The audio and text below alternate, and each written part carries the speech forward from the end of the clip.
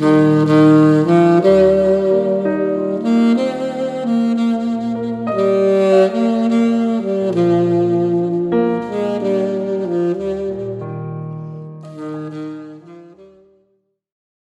주간 우리 주님 안에서 평강하셨습니까? 네. 우리나라 성도들이 대체로 좋아하는 성경 구절이 몇 가지 있습니다. 학자가 다를 수 있겠지만은 대체로 좋아하는 것이 내게 능력 주시는 자 안에서 내가 모든 것을 할 수 있느니라 하는 빌립보서 4장 13절의 말씀을 비교적 좋아합니다. 그리고 사업하시는 분은 내 시작은 미약하였구나 내 나중은 창대하리라는 욥기의 말씀도 좋아합니다. 기독교 백화점에서 제일 많이 팔리는 성경 액자라고 합니다. 그리고 또 하나 오늘 읽은 본문의 그 야베스의 기도 역시 이 액자도 성도들 특히 사업하시는 분이 신방 갈 때 많이 이 성경 문구를 찾는다고 합니다. 성경에서는 여러 가지 기도가 많이 나옵니다. 모세의 기도, 다윗의 기도, 한나의 기도, 또 우리 예수님이 가르쳐 주신 주기도문 여러 가지 기도도 나오지만은 우리나라 사람들이 유독 이 야베스의 기도를 좋아하는 이유는 아마 야베스의 기도가 간단 명료하기도 하고 하나님께 복을 구하였더니 복을 허락하여 주셨다 하는 이런 축복의 기도가 아닌가 해서 좋아하는 것 같습니다. 야베스의 기도를 세 번역 성경 버전으로 보면 하나님 저에게 복을 더하여 주시고 우리 영토를 넓혀 주시고 주님의 손으로 나를 도우시어 불행을 막아주시고 고통을 받지 않게 해주십시오라는 기도입니다. 야베스의 이런 기도를 하나님께서 들으시고 그가 구하는 것을 허락하였다고 성경에서는 기록하고 있습니다. 어떤 목사님들 가운데서는 이 기도문이 그저 복을 구하는 기복신앙을 조장하는 기도가 아닌가요? 본문 설교를 꺼려 하시는 분들도 계십니다만은 기복신학이라는 것은 이 복 자체가 목적인 신앙을 말하는데 이런 기도를 하나님께서 들어주셨을 리는 만무하고 또 성경에 기록될 이유도 없을 것 같습니다. 2000년대 초에 미국의 그 브루스 윌킨슨이라는 목사님이 내 삶을 기적으로 채우는 기도 윤리 야베스의 기도라는 이런 소책자를 발간했습니다. 아마 전 세계적으로 1000만 권 이상 팔렸고 우리나라도 60만 권 이상 팔린 최장 베스트셀러가 됐습니다. 그리고 다양한 버전의 찬송곡이 나오기도 하고 많은 관심을 사람들이 끌기도 했습니다. 그러면 자 이제부터 야베스의 기도가 어떤 의미를 가지고 있는지 과연 기복신앙의 기도인지 아니면 그저 그런 축복의 말씀인지를 살펴보도록 하겠습니다. 먼저 이 기도문의 주인공인 야베스가 누구인지 야베스가 어떤 사람인지를 먼저 알아야 됩니다. 그러나 우리는 그가 어떤 사람이었고 누구의 자손인지 그가 어떤 일을 했는지를 정확하게 알 길은 없습니다. 왜냐하면 성경에서는 야베스에 대한 정확한 정보를 주고 있지 않기 때문입니다. 다만 역대상 1장부터 9장까지 수많은 족보가 나옵니다. 아담으로부터 시작해서 수많은 족보가 나오는 그 족보 속에 4장 가장 가운데 4장에서 그 남방 지역에 사는 유다 지파 아마 다윗 왕의 직계 후손은 아닌 것 같은 그 남방 지역에 사는 유다 지파를 소개하는 가중에 이 생뚱맞게 두 절이 나와 있습니다. 그래서 아마 학자들은 이 야베스가 유다 지파의 한 자손이지 않겠느냐 이렇게 추측하고 있을 뿐이지 정확하게 우리가 알 수는 없습니다. 또 다른 족보를 소개할 때는 그 아버지가 누구고 그 아들이 누구고 이렇게 자손을 쭉 소개하는데 야베스는 아버지가 누군지도 안 나오고 그 자식에 대한 소개도 없습니다. 조금 특별한 성경 구절입니다. 그러나 우리가 확실하게 아는 것은 야베스가 이스라엘의 하나님께 기도했다는 것과 그가 기도해서 하나님께서 응답받고 복을 주셨다는 사실은 성경에 기록되어 있으니까 우리가 확실하게 압니다. 이 야베스에 대한 하나님의 평가는 성경에서는 그는 형제보다 귀중한 자라고 기술되어 있고 다른 버전에서는 존귀한 자라고 이렇게 설명하고 있고 또 세번역 성경에서는 그가 일가 가운데 가장 세력이 있는 사람이었다 이렇게 변명하고 있습니다. 그러니까 존귀하고 귀중하고 존경을 받고 부유하면서 세력이 강성한 사람 뭐 이런 사람으로 하나님을 평가하고 있습니다. 하나님은 이 야베스를 이렇게 평가하고 있습니다. 그러면 이런 존경받고 부유하고 존귀하고 귀중한 자 세력이 있는 자라면 그 가문의 장자로 태어났거나 장자로 태어나서 부모님한테 많은 유산을 물려받았거나 아니면 원래가 훌륭한 사람이 아니었나 이렇게 생각해 볼 수도 있습니다. 소위 우리나라 요즘 말하면 태어날 때부터 금수저를 입에 물고 태어난 이런 사람이 아닌가 생각할 수도 있습니다. 그러나 야베스의 어머니의 평가는 성경에서는 그렇지 않는 것 같습니다. 이 어머니는 내가 수고로이 낳았기 때문에 그 이름을 야베스, 고통이라는 이름을 붙여줬습니다. 이 어머니가 이 수고로이라는 말은 그 히브리어 원어 쪽에서는 뭐 상고를 겪었다, 큰 상고를 겪었다 이런 의미가 있습니다. 얼마나 어머니가 큰 상고를 겪고 그 아이를 낳았길래 그 아이가 이름을 고통이라고 부르였느냐? 그러면 야베스는 태어날 때부터 불행하게 태어난 자라고 볼 수가 있습니다. 야베스가 장애를 가지고 태어났다고 주장하는 학자들도 있습니다. 어머니가 아들의 이름을 지었다는 것은 그 당시로 보면 아버지가 안 계셨다. 아버지의 부재. 즉 임신 중에 아버지가 죽어서 유복자로 태어났거나 아니면 법적인 아버지가 없는 사생아로 태어났다라고 볼 수도 있습니다. 성경에서 구체적인 기록이 없어 정확한 것은 모르지만은 아니 도대체 얼마나 고통스럽게 아들을 낳고 키웠길래 어머니가 아들의 이름을 이런 식으로 지었겠느냐라는 겁니다. 요즘 말로 하면 이 야베스라는 말은 애물단지 뭐 이런 뜻이고 아니면 뭐 굉장히 좋지 않은 의미를 갖고 있습니다. 이 아이가 자라면서 엄마도 그 애를 이름을 부를 때 야베스야 야베스야 부르는데 우리말 하면 고통아 고통아 이렇게 부르는 겁니다. 동네 사람들 친구들도 야베스야 고통아 이렇게 이름을 부르니까 그 애의 입장에서는 얼마나 자괴심이 강하겠어. 크게 큰 고통을 받고 컸었겠습니까? 내가 괜히 태어나서 엄마에게 고통만 안겨주고 세상 사람들에게 비난과 조롱을 받는 자신의 처지를 비관하거나 아니면 하나님을 원망할 수도 있었을 겁니다. 야베스의 시장은 이토록 힘들고 우울했다고 볼 수가 있습니다. 그러나 어쨌든 이런 고통과 재난, 불행 가운데 태어난 야베스가 그 형제들 중에서 그 가문에서 가장 유력하고 존경받는 자가 되었을까요?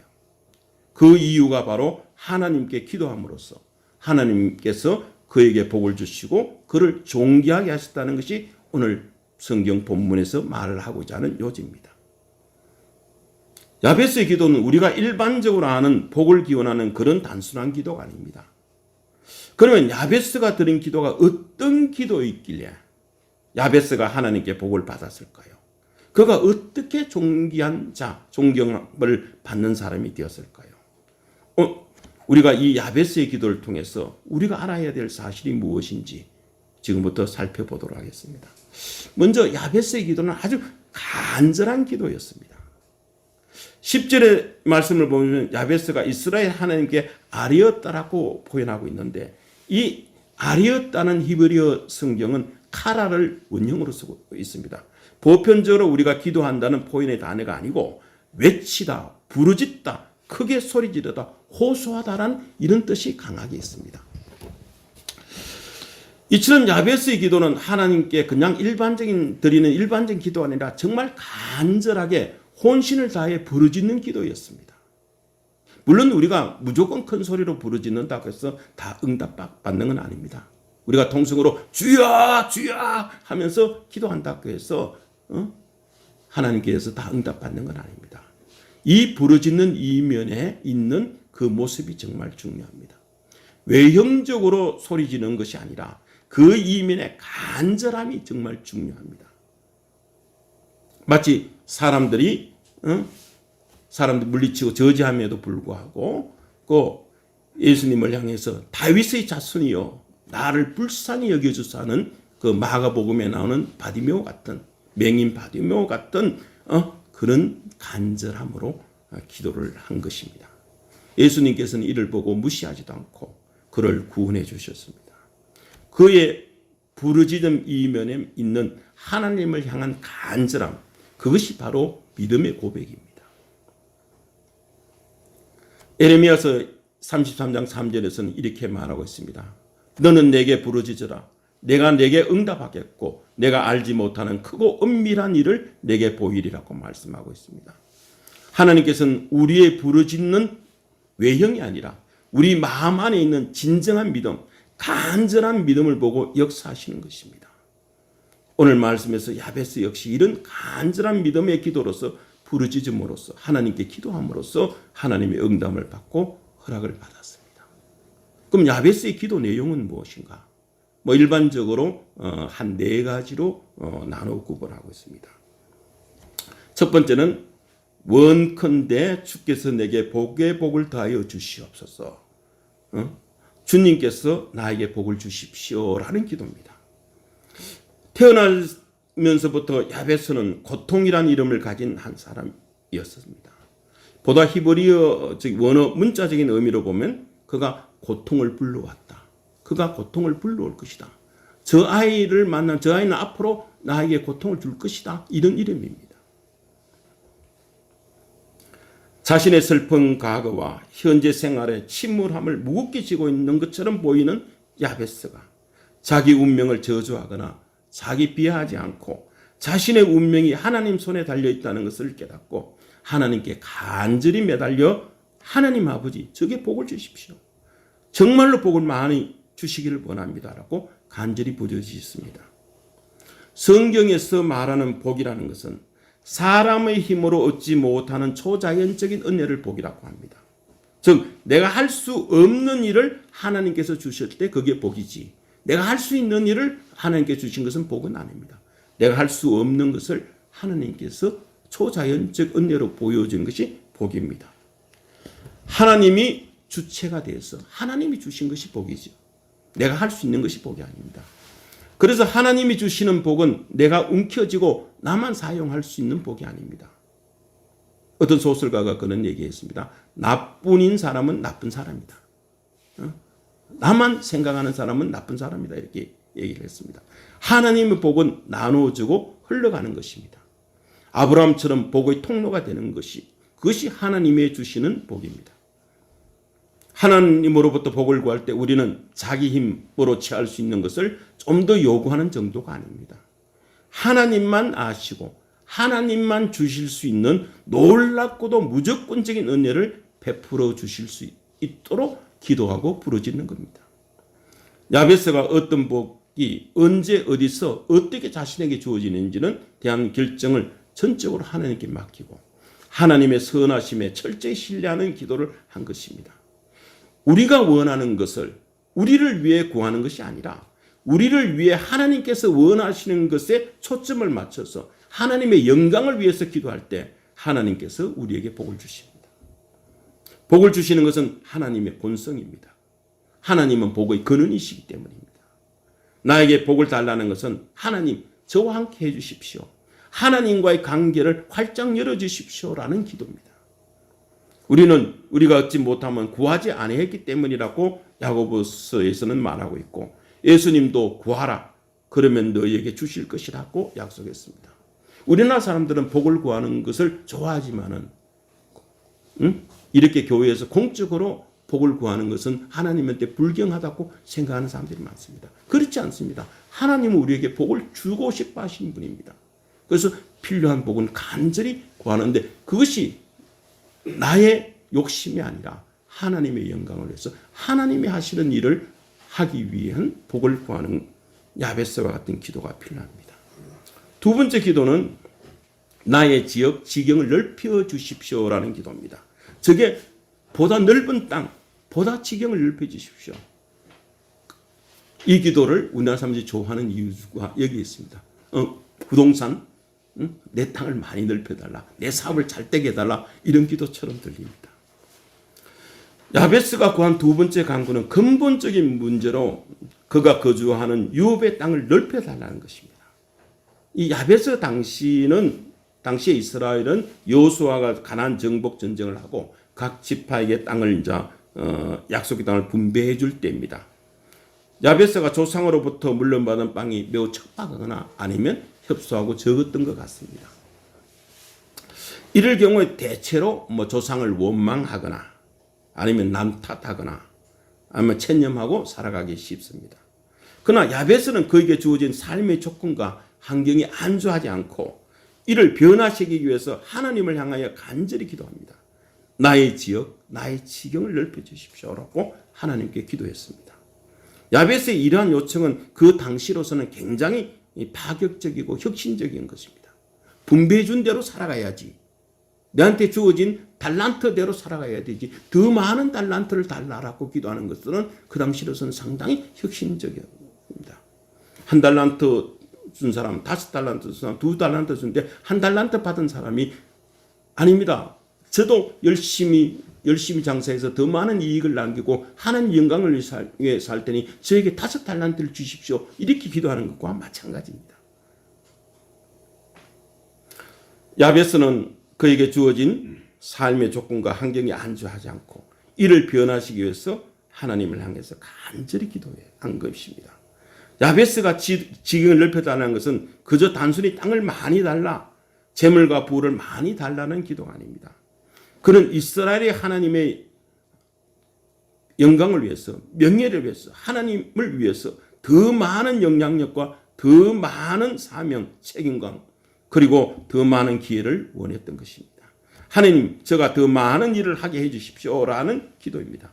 이런 적극적이고 진취적인 기도, 이런 태도는 당시 절망에 빠져 있던 이스라엘 백성에게 가장 필요한 태도였으며 오늘날 우리에게도 마찬가지입니다. 우리의 사업, 직장, 일터, 가정이 하나님께서 우리에게 맡기신 것입니다. 하나님께서는 우리가 그것을 하나님의 영광을 위해서, 하늘나라의 확장을 위해서 더 많은 기회를 주시고 더 많은 사람에게 영향을 미칠 수 있도록 해달라는 우리의 기도를 기쁘게 받으시고 응답해 주실 것입니다. 세 번째 기도는 방법론으로서 주의 손으로 나를 도우소서라는 기도입니다. 주님께서 친히 저를 도와주십시오라는 기도입니다. 하나님의 능력이 내 자신의 삶 가운데 구체적으로 임하게 해달라는 기도입니다. 야베스는 하나님의 권능이 자신에게 임재하시기만 하여도 자신의 삶의 모든 문제가 해결된다는 확신을 가진 성숙한 신앙이었습니다. 하나님의 손이라는 표현은 구약에서 하나님의 백성을 속에 살고 계시는 하나님의 인재와 능력을 묘사할 때 사용하는 성경적 표현입니다. 하나님의 강한 손을 펼치사 이런 성경 구절이 많이 나옵니다. 그 출애굽 당시도 그런 하나님의 강한 손을 펼치사 그랬습니다. 사도행전에 나타난 초대교회의 놀라운 성공도 역시 사도행전 12장 21절을 보면 주의 손이 그들과 함께 하실 때 수다한 사람이 믿고 예수께 돌아오더라, 주님께 돌아오더라 라고 하는 말로 요약할 수 있는 것처럼 주의 손이 임했을 때 역사가 일어납니다. 하나님의 손은 오늘날 말하면 성령의 충만으로 표현될 수가 있습니다. 야베스의 기도는 더 많은 복을 구하는 것으로부터 시작해서 더 많은 지경, 더 많은 사역을 원하고 나아가 하나님의 능력과 성령의 충만함을 구하는 것으로 자연스럽게 발전하고 있습니다. 네 번째 기도는 이 야베스 구하는 그 마지막 간구는 나로 환난을 벗어나 근심이 없게 하여 주시옵소서. 모든 악과 환난에서 나를 지켜주시고 고통과 근심이 없게 해 주십시오라는 기도입니다. 아무리 많은 부를 가지고 있으면 뭐합니까? 내가 고통과 근심이 있다면 아무 소용도 없습니다.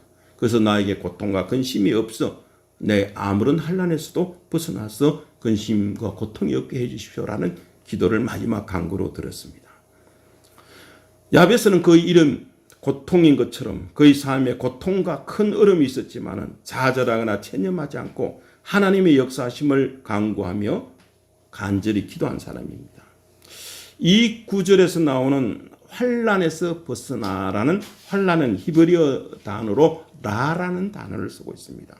이 라라는 단어는 창세기에 홍수 심판 이전에 세상이 제약이 관련했었다. 창세기 6장 5절에 보면 여호와께서 사람의 제약이 이 세상에 가득한가 그의 마음으로 생각하는 모든 계획이 항상 악한 뿐임을 보시고 세상을 심판하시라고 결심한 때 그때 나온 제약이라는 단어도 라라는 단어를 쓰고 있습니다. 동일한 단어입니다. 그러므로 실제 야베스는 환난으로부터 구해달라 하는 것은 모든 제약으로부터 보호해 주십시오라고 기도했던 것 같습니다. 예수님께서 가르치신 주기도문에 나오는 우리를 시험에 빠지지 말게 하시고 다만 악에서 구하소서 하는 이 기도의 개념과 뜻을 같이 합니다. 하나님께서 우리를 보호해 주시기를 기도하는 것은 믿음의 행동입니다. 이러한 기도는 하나님의 뜻과 일치하는 기도이기 때문에 하나님께서 들으시고 응답해 주신 것이 확실합니다. 왜냐하면 하나님께서는 우리가 죄를 짓는 것을 원하지 않으시기 때문입니다. 우리는 살면서 이 땅에서 많은 환난과 제약을 만나게 됩니다. 이 땅의 제약을 벗어나고자 하는 성도들의 간절한 기도가 필요합니다. 야베스의 기도문의 마지막 내용은 내게 복을 주셔서 내게 근심이 없게 하옵소서라는 내용입니다. 이를 한글 성경으로 본다면 자신에게 아무 걱정이 없게 해달라는 기원문처럼 보입니다. 그러나 이것 역시 히브리어 원어 성경으로 본다면 좀 다르게 해석할 수가 있습니다. 히브리어적인 말로 직역한다면 나로 고통을 주지 않게 하옵소서라는 뜻입니다. 이때 근심이라는 말도 야베스라는 말과 같은 어근의 말을 쓰고 있습니다. 근심이 고통이라는 말이죠. 오츠비라는 말을 쓰고 있는데 어근이 같습니다. 야베스는 어머니 품 속에서 고통 가운데 태어난 고통의 아들이었습니다. 그는 고통 가운데 태어난 사람이지만 자신의 어머니에게 고통을 준 사람이었지만 이제는 더 이상 남에게 고통을 주고 싶지 않는 사람이 되게 해달라는 기도입니다. 하나님께서 이런 야베스의 기도를 들으시고 응답해 주셨습니다. 자, 그러면 이런 야베스가 이렇게 기도하는 것이 의미가 과연 어떤 의미가 있을까요? 우리는 이 야베스의 기도가 역대기상 4장의 생뚱맞게 두 줄로 삽입된 것에 좀 주목해서 보아야 됩니다. 역대기 저자가 왜 수많은 족보 가운데 생뚱맞게 이 구절을 이었을까요? 성경에서 나오는 역사서는 두 가지 종류가 있습니다. 하나는 열왕기서가 있고 사무엘서부터 시작해서 열왕기서 있고 또 하나는 역대서입니다.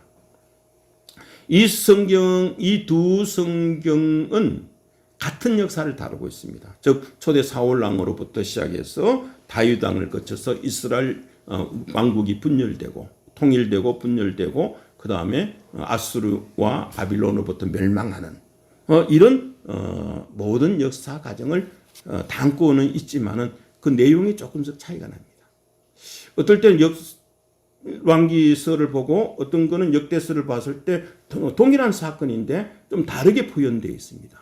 그건 이 성경 저자들의 관점이 좀 다르기 때문에 그럽니다. 동일한 사건이지만은 이 저수라는 분의 관점이 어떤 관점에 따라서 좀 다릅니다.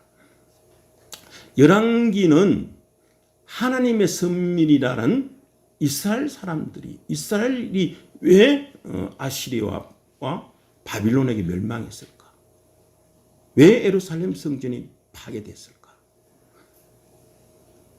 이 우리의 하나님 여호와 하나님께서 바빌론에 주신 바로독보다 힘이 약해서인 것인가? 이런 것에 대한 의문을 갖고에 대한 답입니다.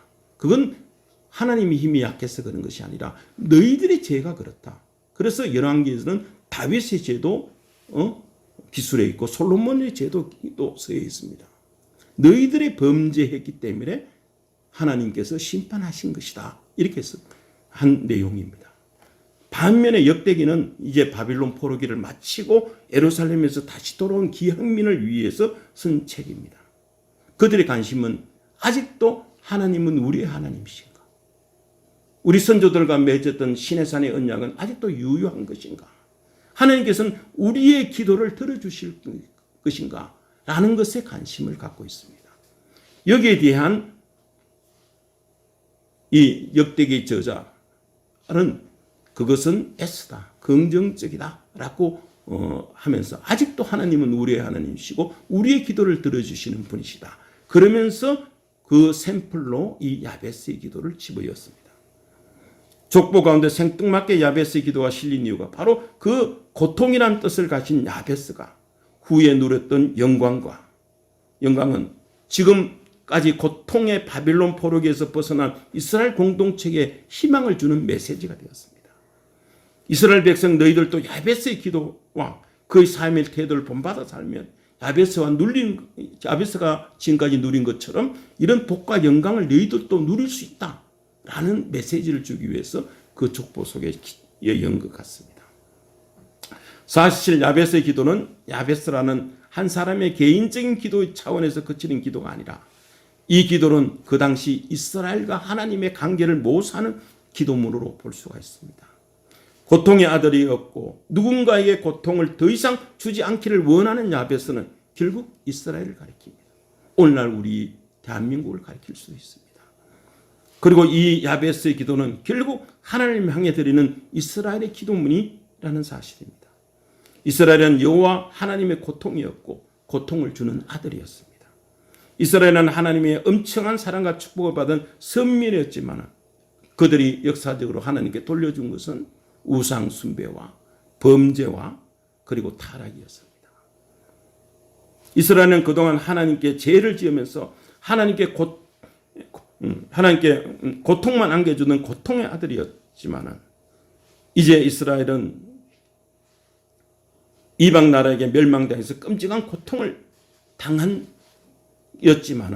야베스처럼 이제 하나님께 간절히 바라고 하나님만 바라보고 하나님께 기도함으로써 잃어버린 내 땅을 회복하고 싶어 한 간절한 기도였던 것입니다.